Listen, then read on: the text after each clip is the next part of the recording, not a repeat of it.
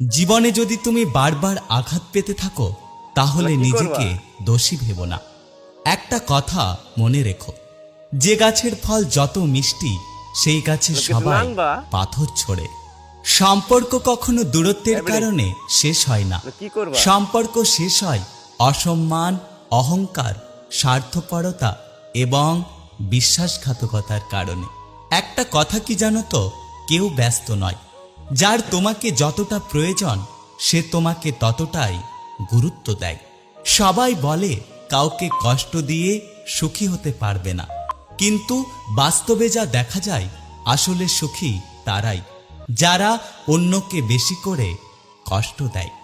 জীবনে শিখতে হয় মাথা নিচু করে, আর জীবনে বাঁচতে হয় মাথা উঁচু করে।